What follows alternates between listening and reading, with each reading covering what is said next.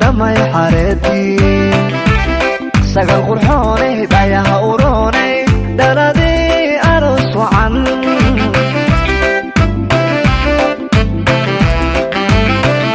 سيداد تغلي وبعد لالو دمي حارتي سقل قرحوني دايها وروني دردي أرس وعن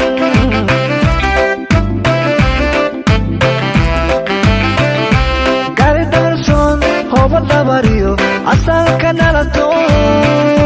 dhaqan habboon oo diiran baatay